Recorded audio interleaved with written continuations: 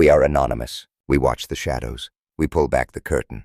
And today we expose the unraveling, the meltdown, and the desperate theatrics of one of America's most chaotic figures, Donald Trump. Do not believe for a second that Trump has suddenly become popular again. He remains one of the most disliked political figures in the country, right alongside Chuck Schumer. Just because a few weak Democrats in the Senate folded does not make Trump any stronger. His fragility is on full display every day through his tantrums on Truth Social, his falling approval numbers, and the bizarre behavior he now brings into the Oval Office. What happened recently was not just a bad moment. It was a reflection of decline of ego and of a man losing control over his own image. In the Oval Office, Trump's meltdown was strange even by his standards. He took questions about his allies, about Marjorie Taylor Greene, one of the loudest voices who had once been in his corner, and suddenly turned on her.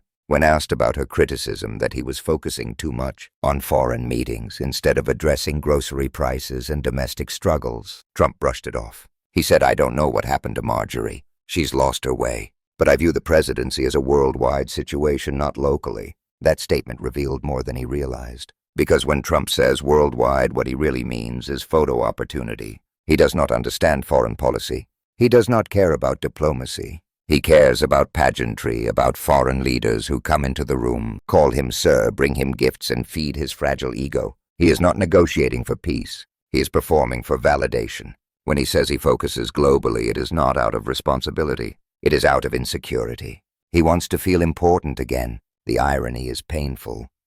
While Trump postures as a global statesman, ordinary Americans are struggling with food prices, rent, medical bills, and unstable wages. He claims grocery costs are down, but anyone living in reality knows that is false. He said energy prices have fallen, yet the average family still feels squeezed every time they fill a tank or pay the power bill. His numbers are fiction. His facts are wishful thinking. And when cornered by reality, he retreats into fantasy economics. He brags about tariffs, his favorite obsession, as if they are a tool of national pride. He claims tariffs are the reason America is thriving, that they will pay down the national debt and deliver a dividend of $2,000 to middle and lower income Americans. It sounds like a grand plan until you realize that Americans are already paying that money, and more through inflated costs on goods. He is promising to return a fraction of what he took. It is like setting your house on fire, then handing you a glass of water and calling yourself a hero.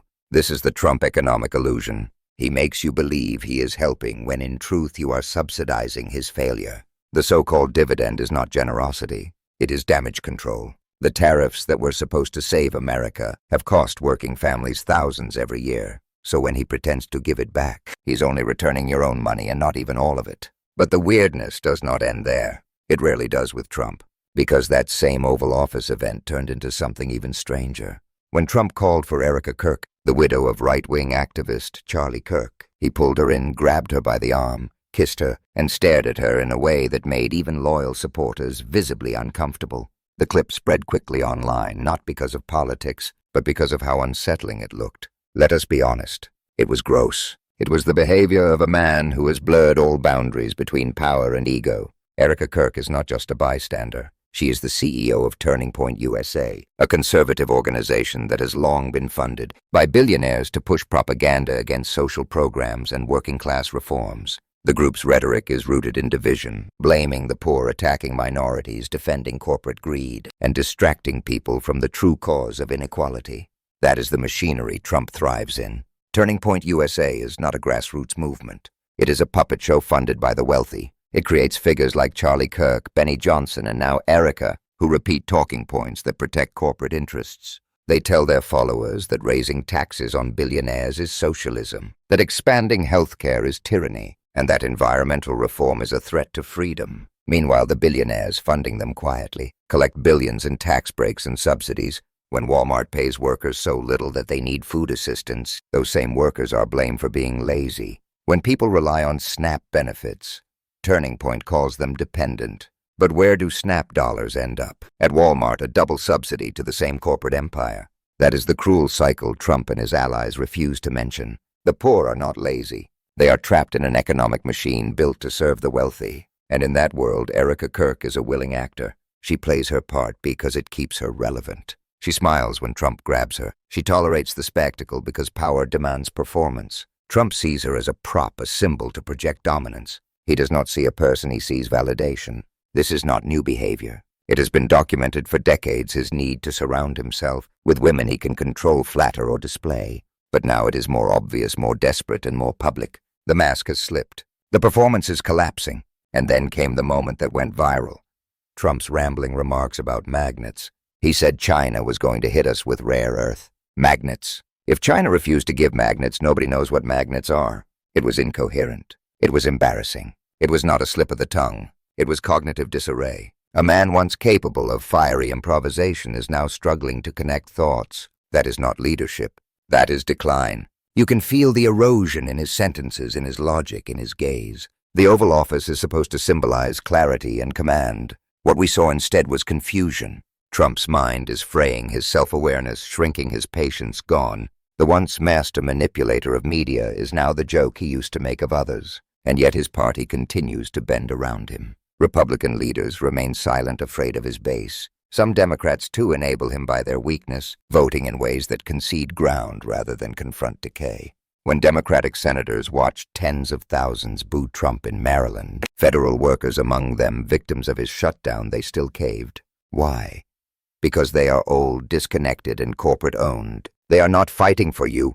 They are fighting for comfort in their final political years. That is why this country feels broken. Those who have power do not want to risk it. Those who need change cannot afford to wait. And the man who caused so much chaos keeps pretending he is the savior. But let us be clear. Trump is not a savior. He is a salesman of illusions. He uses tariffs like magic tricks, sells resentment as policy, and markets grievance as leadership. He speaks to pain but never heals it. He fuels fear but never offers hope.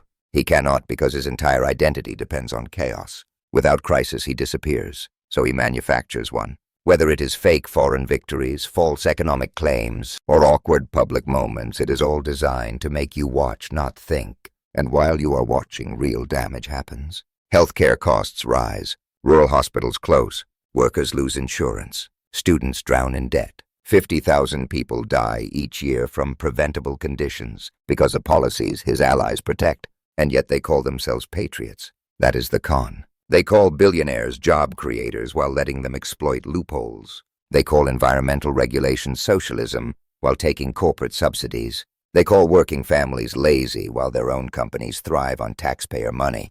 Trump embodies that hypocrisy. He talks about lowering the debt while spending recklessly. He talks about national security while cozying up to autocrats. He talks about energy independence while deregulating oil giants. He talks about greatness while living in grievance. What you saw in that Oval Office moment, the awkward grab, the rambling speech, the disjointed bragging, is not an exception. It is a mirror of who he has become, a man desperate to prove he still matters, surrounded by people who pretend he does. Meanwhile, real America pays the price. The middle class shrinks.